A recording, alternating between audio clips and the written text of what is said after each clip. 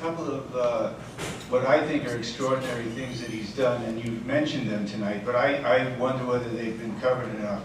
One, that a man who's elected by the Democrats and the Working Families Party as governor keeps most reporters at arm's length and acts as if his electoral mandate is, often acts as if his electoral mandate is to please Fred Dicker with his policy choices. I mean, to me it's so extraordinary, has enough attention paid to it. And the other is the tax issue, because with all this pressure on the budget and telling everybody they have to accept painful cuts and not being willing at the same time to consider extending the high-income tax surcharge or look at any other high-end revenue options,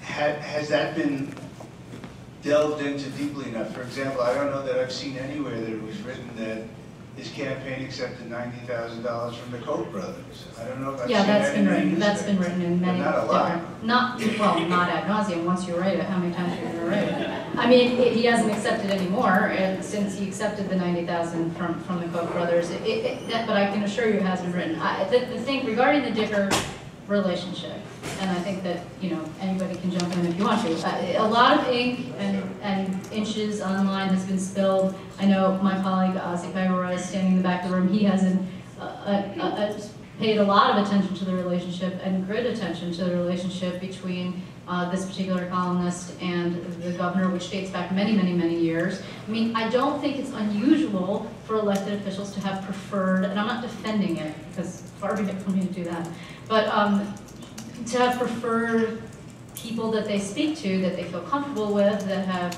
that they believe are going to get their message out in the way that they want it. That's not surprising. But you're talking about a person who happens to have a lot of power and clout in the media, and so it's a little bit different than just having a favored reporter. It's like, it's a little bit more significant than that. And I think when you mentioned